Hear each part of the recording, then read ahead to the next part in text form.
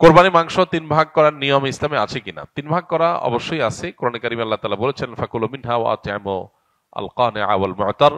অন্য আয়াতে বলেছেন ফাকুলু মিনহা ওয়া আত'ইমুল বাঈসাল ফাকির। কোরবানির পশুর গোশত তোমরা নিজেরা খাও এবং অন্যকে দাও। অন্যকে দাও এখানে আল্লাহ তাআলা 2 ভাগ করেছেন। কিছু আছে তারা সচ্ছল, আত্মীয়-স্বজন অভাবী না, আত্মীয়-স্বজন প্রতিবেশী এদেরকে আপনি দিলেন উপহার উপঢৌকন হিসাবে।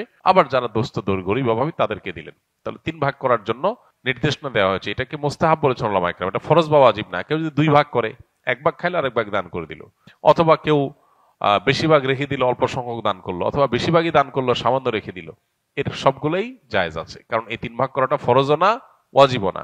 আবার এই 3 ভাগটা যার যার কোরবানির গোশত তিনি কোরবানির গোশতকে ভাগ করবেন তার মতো করে। তিনি কোন গরিবকে দিবেন না দিবেন তার ব্যাপার। আমাদের সমাজে কোরবানি গোশতকে সমাজের ভাগ নামে 1 ভাগ তোলন করে সেটা বন্টন করার যে নিয়ম আছে এটা পরিহারযোগ্য। বিশেষ করে গণহারে এটা যদি তোলা হয়, কেউ হয়তো 3 ভাগ করবেন না, তার কাছ থেকে আপনি জবরদস্তি নিয়ে নিলেন, শরীয়ত যেটা বাধ্য করেন আপনি বাধ্য করলেন, এটা অনুচিত কাজ।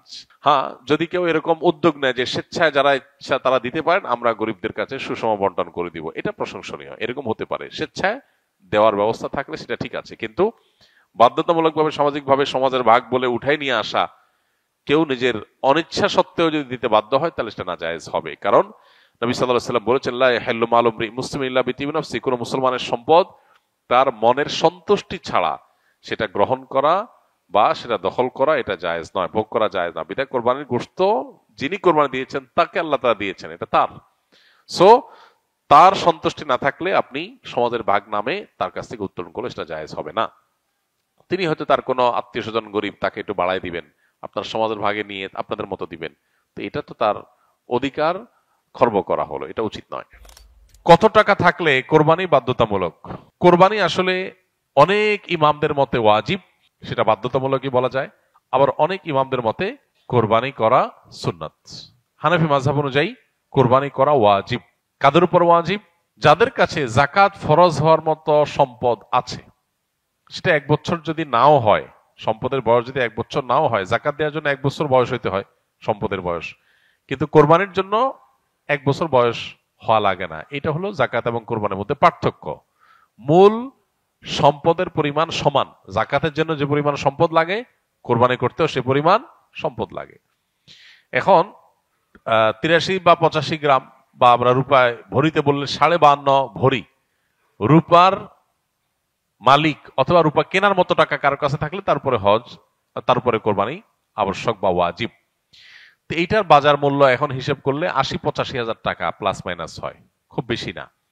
এই টাকা যদি কারোর কাছে থাকে ঋণ মুক্ত, তাহলে সেক্ষেত্রে তারপরে কোরবানি আবশ্যক, তারপরে কোরবানি করতে হবে। কোন কোন ব্যক্তির উপরে হজ ফরজ এবং বদলি হজের সঠিক নিয়ম জানতে চাই। যে ব্যক্তি হজের মৌসুমে যখন হজের টাকা জমা দেওয়া হয়, নিবন্ধন করা হয়, হজ করার সুযোগ তৈরি হয়, তখন হজ করার মতো টাকা যার কাছে থাকে, হজ করে আসবে এবং এই সময়টাতে তার পরিবারের ভরণ পোষণ দেওয়ার ব্যবস্থা করতে পারবে, এই পরিমাণ টাকা যার কাছে থাকে, তারপর হজ ফরজ। একজন নারী, তার জন্য হজ ফরজ হওয়ার শর্ত হলো তিনি তার নিজের এবং একজন মাহরামকে সাথে নিয়ে যাওয়া, হজ করে আসা এ পর্যন্ত ব্যয়ভার বহন করার মতো ক্ষমতা, আর্থিক ক্ষমতা তার থাকলে তখন তার উপর হজ ফরজ। তার মানে একজন পুরুষ আজকালকার যুগে ঋণ মুক্ত যদি 7 লাখ 7.5 লাখ টাকার মালিক হয়ে যায়, তার উপর হজ ফরজ। আর একজন নারী, তার কাছে যদি এর ডাবল অর্থাৎ 14 বা 15 লাখ টাকা যদি থাকে, তখন তার উপরে হজ ফরজ। তার নিচে থাকলে তার উপর হজ ফরজ নয়।